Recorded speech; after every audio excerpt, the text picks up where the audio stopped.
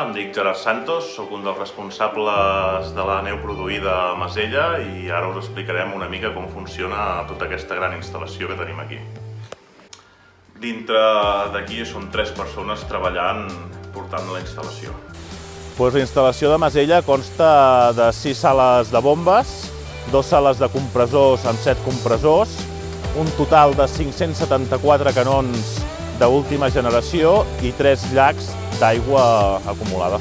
Aquí la feina meva dins del departament consisteix en fer neu allà on fa falta, des de començar a fer una pista i posar en marxa els canons i després anar a sortir a controlar que tots vagin bé i funcionin tots correctament. Està un 50% a dintre la sala controlant l'ordinador i un 50% estan a fora controlant els canons. El problema que et podries arribar a trobar seria que un canó fes aigua i no estigués fent neu.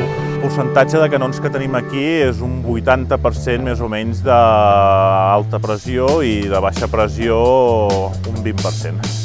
Nosaltres comencem a produir neu normalment quan arriben les primeres gelades, al mes de novembre, i deixem de produir neu quan creiem que arribarem fins a Setmana Santa.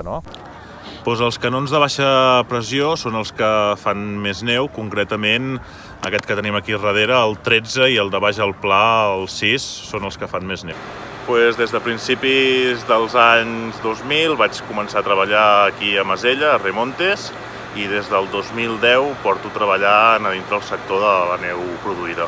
Què menys m'agrada de la meva feina? El dia que s'espatlla un canó, que normalment és quan fa més fred, tindre'l d'anar a reparar-lo.